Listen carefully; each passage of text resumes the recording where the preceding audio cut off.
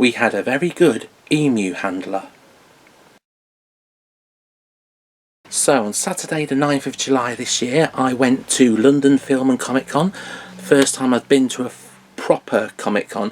I'd been to a couple of Doctor Who specific events and a Red Dwarf Dimension Jump years ago. So this is my first real experience of LFCC. So what did I think? Diamond passes, are they worth it? And general thoughts on the day. So let's begin at the beginning. Queues. So having arrived at the venue at 8:30, it took me until 9:30, a whole hour, to gain access. Whether this is a common occurrence or not, I'm not sure, because I had 2 diamond passes, I had to go queue up for the diamond pass, then join the queue with everybody else to get in. Once inside, I located where everything was, and apart from Photo Studio D, which I'll get back to shortly, because that was a weird one. Yeah, so once inside, my first photo shoot wasn't until 5 to 11, so that gave me time to get some of my autographs in. First autograph was Alex Kingston, which I got on my Husband's a River Song DVD.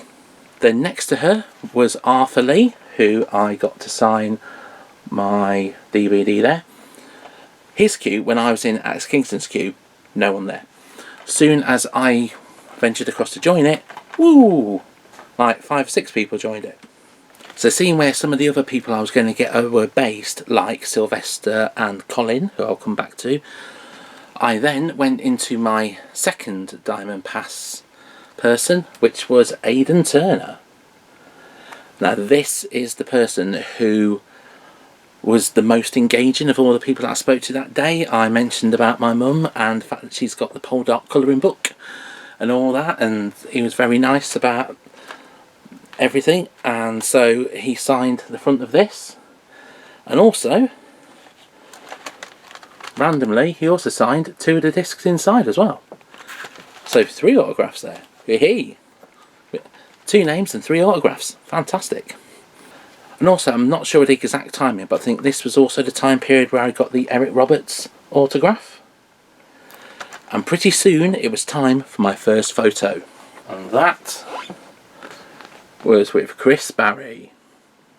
Then after that I had a little bit more time till my next photo shoot, so I went over to Donald Fullylove, or however you pronounce it, and he signed the top corner of my Back to the Future Blu-ray. He was one of those people who I hadn't planned on really, I hadn't booked a photo shoot or anything, but his queue was short. I knew there were some Back to the Future people there. Christopher Lloyd, totally out of my price range, was not going to go anywhere near any of his photo shoots or autographs. I did see him in the distance several times, so yeah, hey. But no, there was no way I was paying that price. So yeah, 20 quid for Donald Fullylove to sign that top corner. And then, photo shoot number 2. This was with Alex Kingston, and that was also my first experience of the day of Photo Studio D. So following that, I still had 3 more autographs to get, and again, memory, I don't quite know in what order I can remember getting them, because the next one up was Sylvester McCoy, and he signed the Blu-ray on top. There you go. I think he may have been before the Alex Kingston photo shoot. It's Then after that we went on to the Chris Barry autograph.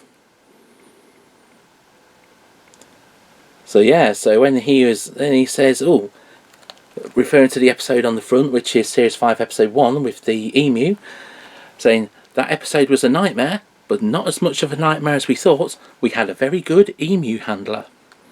So that is that. Then the final of the autographs I was planning on getting, Colin Baker. It was also during this time period that I decided to get an extra Back to the Future autograph. And that was from Claudia Wells. So her autograph thing was next to Chris Barry's, and for a lot of the time there were loads of people there, so I thought, should I, shouldn't I? But luckily, later in the day, she'd gone off to do either a talk or a photo shoot or something, and there was no queue.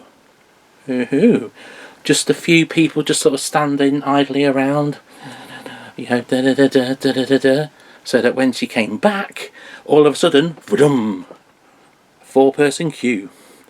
And so that's when I got that. And yeah.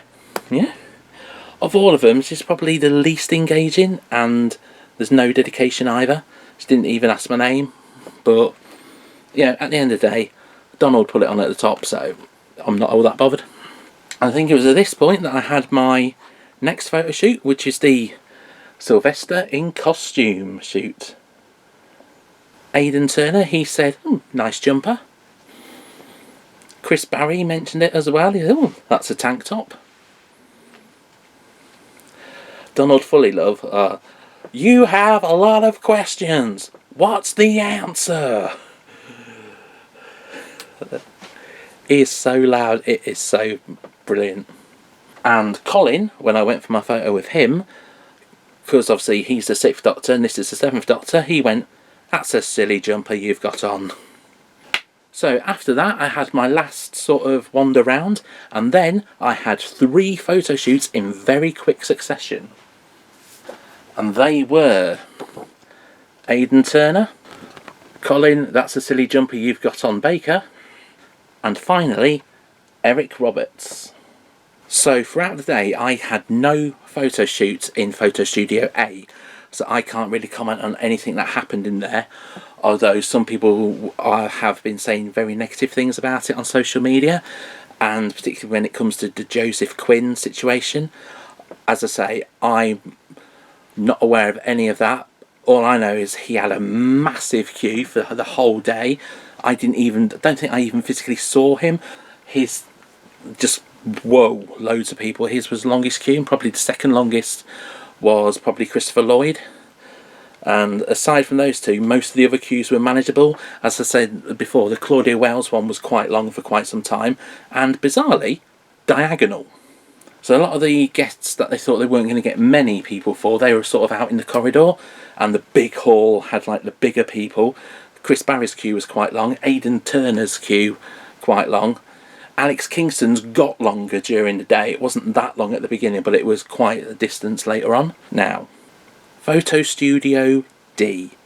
So of the other studios, as I say, I didn't have any in A. I only went to B, C and D. B and C I'll come back to in a minute. D, oh dear.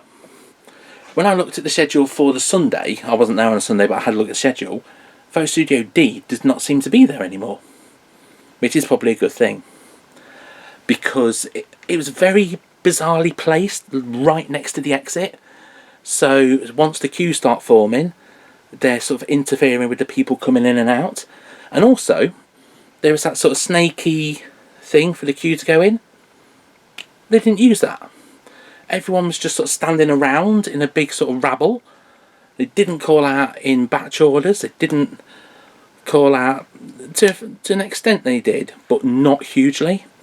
Eric Roberts did not have Diamond Pass, but Alex Kingston did. And again, it was a bit of free-for-all at the beginning. So the Need Help and Diamond Passes were put together against the wall, and other people were queuing round the side. So essentially you've got a queue coming in from 2 different directions. Now, the people weren't horrible, but they didn't seem to know what they were doing at Photo Studio D. So I know that they did get volunteers from members of the public, because the call went out on Facebook, but some form of crowd control would have been ideal, particularly as it's so near the exit and the entrance exit. So you got people coming in, out. You're right next to all the stores. It's a very bizarre place to put a photo studio. It's just not really viable, which may or may not be why there wasn't one on Sunday there. I don't know. But yeah, not the best experience at Photo Studio D. Now, Photo Studios B and C, brilliant. fantastic, really well organised, the queues were moving, everyone knew where they were supposed to be and when. So I think it was Chris Barry and Colin Baker in C, and I had Sylvester in costume and Aidan Turner in B. So the snaky bit where the queue went, they were managing it. Gold Pass, Diamond Pass Batch 1, Diamond Pass Batch 2, and then into all the other batches. So obviously Chris, Colin, Sylvester did not have Diamond Pass, but it was basically Gold Pass and then Batch 1, Batch 1. I mean, for the most part, the Colin and Sylvester ones were fairly swift.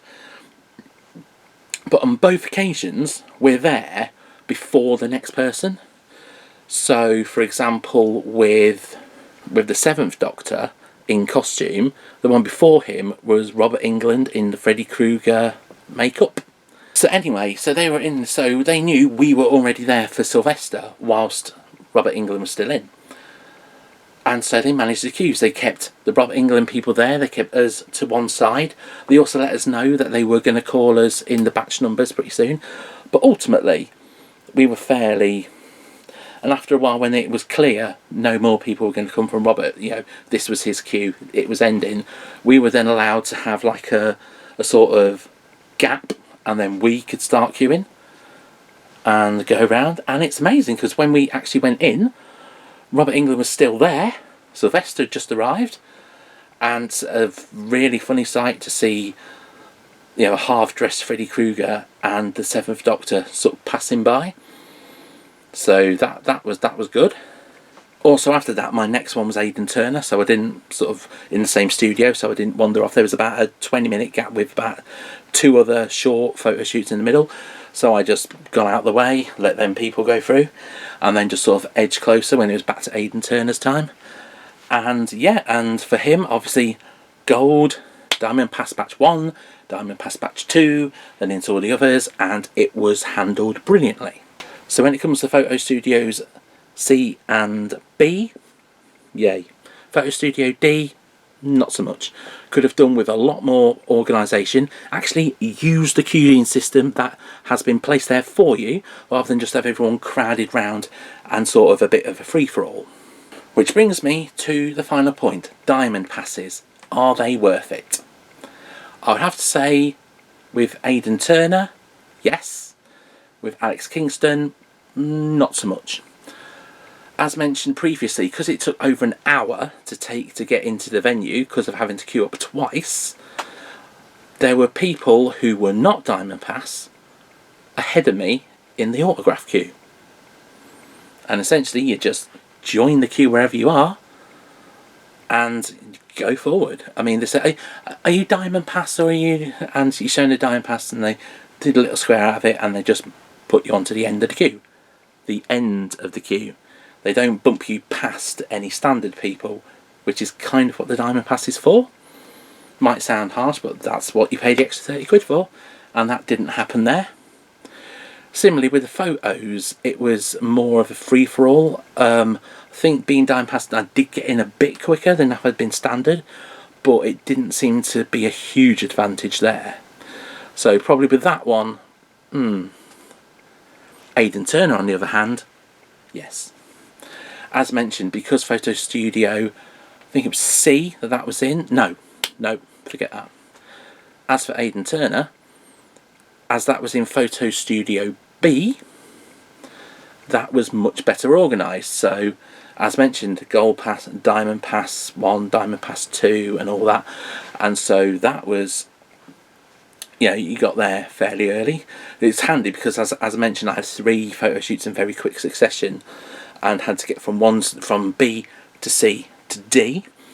And by having this one go through very, very quickly at the beginning, meant that I didn't have to rush to get to Photo Studio C, which was right over there. So that's good. And also, when I joined the autograph queue, the person in charge said, "Are you Diamond Pass?" And showed him, said, "Yep." I said, "Right." And then he shunted me straight up to being something like 3rd in the queue. So, I was something like probably 20th. And by being Diamond Pass, I got shunted right up to 3rd. that is what you pay your Diamond Pass money for. So with Aidan Turner, the Diamond Pass, and definitely worth it. It may be that you don't have the budget for Diamond Passes, and that's fine. How it was on the day, I would say it depends on who the person is, who you want to meet, as to whether the Diamond Pass is going to be worth it for you. For example, Joseph Quinn was so rammed that I assume he was Diamond Pass, I don't know, I would think so, that it would mean if you were just standard, you might not even get anywhere near him. So certainly if it's a big person who's likely to get a lot of interest, then the Diamond Pass is worth having a go. If on the other hand it's someone who's, I don't know whether I particularly do or don't, then you might be wise to just either go for one or the other. Just go for either the prepaid photograph or just chance your luck with the autographs on the day. So that is my Alex Kingston one. That is my Aidan Turner one. So you get these dog tags. Because they don't have anything Aidan Turner specific at the gift collection stand, I ended up with a green pen that said "What's Taters" or something on it. For the Alex Kingston, because by the time I'd worked it all out, it was quite late in the day, I've had to put my name and address down, and they might send me a poster at some point. But I don't think anyone gets Diamond Pass ready for the gift. You know, you pay the extra to get bumped up the queue. As I say, that isn't what happened really with Alex Kingston, not so much, but it did with Aidan. So on the whole, yes, it was a good day, you know, fantastic. I did everything I went for. I even got the 2 extra autographs that were, you know, a bit more on the fly. I hadn't planned on those, but yeah, whatever. I took my own personal items to get signed. They do have, you know, 8x10 photos, should you not have anything. So they're not just going to sign, yeah, I've got nothing for you to sign. Oh, well, I'll just do it in thin air. No, so they do have, you know, photos if you don't have your own thing. Each to their own. As I say, I much prefer getting things like video covers and DVDs and Blu-rays. I prefer to get those signed rather than prints, because it's like with the photos I've got, they're going to stay in a folder. Years ago I did a Peak Capaldi, and if you see in that corner I made a cushion out of it. I might do that with one of these, but for the most part they will just sit in a file, whereas these are going to be, you know, on the shelf where I can just get them out every single day if I so wish. So yeah, Comic Con 2022. Yes, you know, do I regret going? No. It's the only thing I do regret about it is umming and ahhing for so long. If I'd decided I was definitely going, I was going for more than one day, I would have booked a hotel months ago, because looking at it nearer the time, the prices are way too high to stay overnight, and trains on a Sunday morning I wouldn't have got in until after midday, so that would have been pointless. So yeah, so that is one thing. Decide definitively, yes, I am going much earlier. That is the only thing I would change about this experience, so that maybe I could have gone on Sunday and seen a few more people. But other than that, what I did do is yay. And yeah, as I say, Diamond Pass, it's up to you if they're worth it. As I say, for Aidan it was, for Alex Kingston perhaps not so much.